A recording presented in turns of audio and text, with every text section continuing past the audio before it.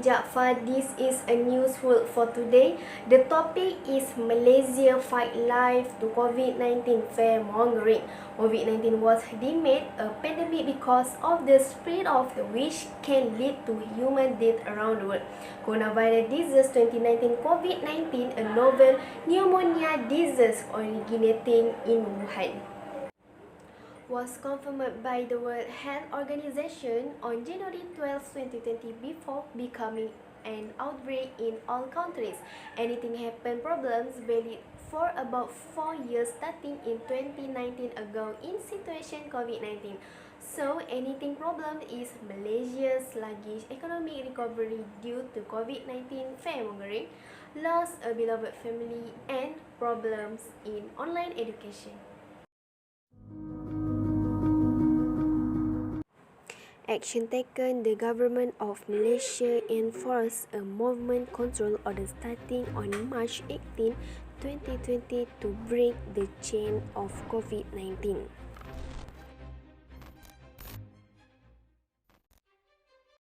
The media actively spread the hashtag Stay at Home, and as well as prison inmates started to produce personal protective equipment for front lines. Various organizations hosted fundraising events to provide essentials mainly to hospitals.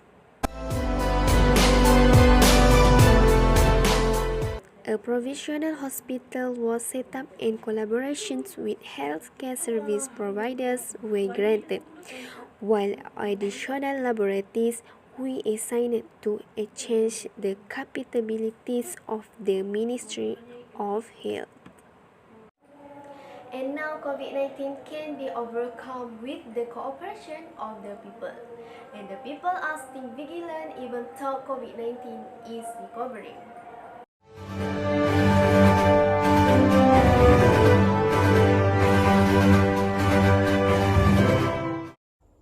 Hello, my name is Nooraya binti Muhammad Nizam and I want to talk about education news.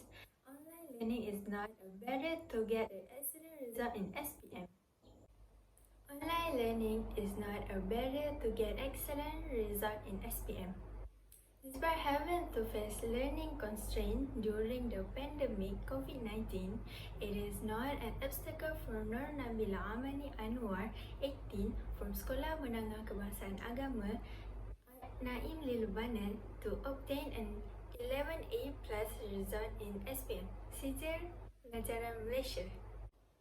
Nur Nabila Amani said, there is no denying that studying online made it difficult for her because she could not face the teacher as usual. Apart from having the undergrad drills at home, which was also helped by her father. Last year, she managed to go to the school just a few months before the school closed due to the COVID-19 outbreaks and had to follow teaching and learning at home, PDPR. However, the teachers at the school are very committed and help Nur Nabila Amani and other friends a lot by providing reference materials to ensure they do not drop out in every subject before sitting for SPM. When someone asked about the recipe for success, Nur Nabila Amani said she always draws closer to Allah Sallallahu Alaihi Wasallam. That is, she does not leave the 5 daily prayer, the Hajjat prayer every night, and the Tahajjud prayer, recite the Quran 3 times a day, and fasting every Monday and Tuesday. The pleasure of Allah Sallallahu Alaihi Wasallam, the most important factor for success, apart from the pleasure from parents to get peace while studying. In reviewing lesson, she don't have a specific schedule. Instead, it depends on her willingness to learn and study. She said when sitting for the SPM trial test, she only obtained a 7A plus result, but it was a source of encouragement for her to obtain more excellent result in the actual test. And in the SPM result announced, she obtained 11A plus result in all subjects taken. Nur Nabila Amani intend to further her studies in medicine because since she was a child, she have inspired to be a doctor. Meanwhile, her mother Sabaria Idris 61 and her father Noah Abu Bakar 62 expressed gratitude when their youngest daughter obtained an excellent result in Aspen, which was announced. That's all from Education News. Thank you and have a nice day.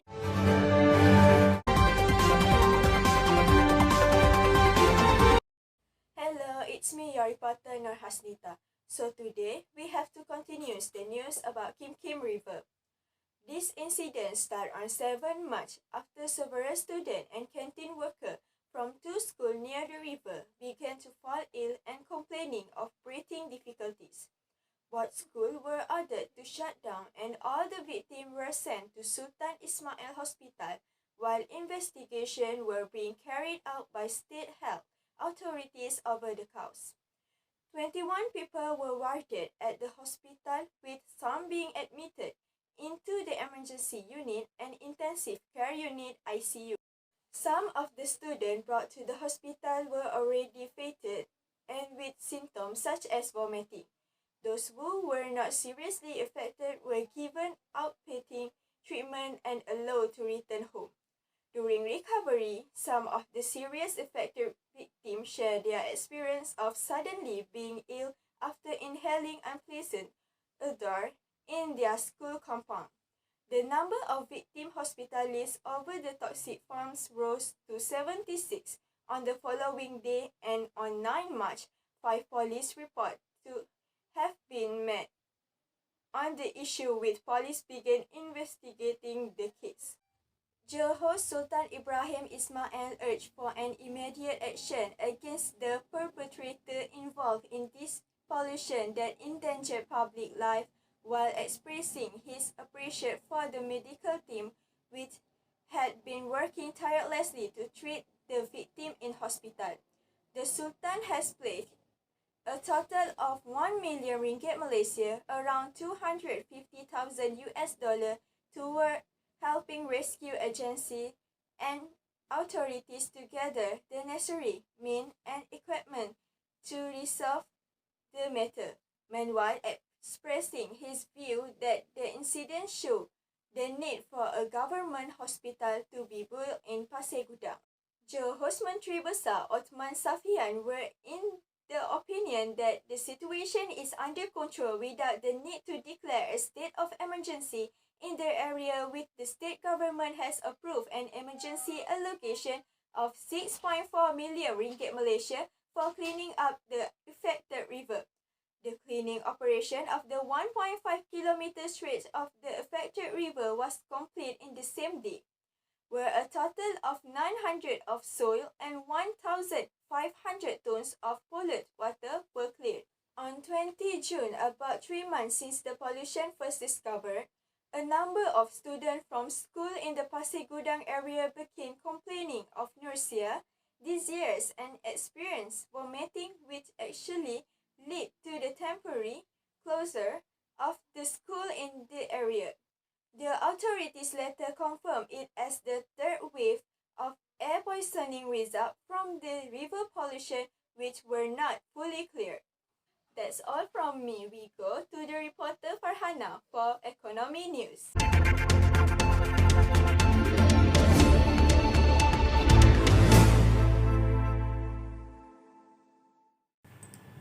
Thank you, Hasnita. Domestic Trade and Consumer Affairs Ministry KPD and HEP Secretary General Dato' Azman Muhammad Yusof has issued a clarification regarding a statement made by Melaka KPD and HEP Director Norina Jaafar that went viral. Speaking to reporters at Melaka City Council Secretary Market, Norina said that the people needed to understand the rising prices of goods due to inflation through the country at the time. Norina may have her own way that was not very acceptable by the public, he said when asked to comment about the director's statement about the hike in egg price. She was reported to have said that if consumers knew the price of egg, was rising, they could use less, for instance from 20x a week to 15x. Her statement, which went viral, was heavily criticized on social media.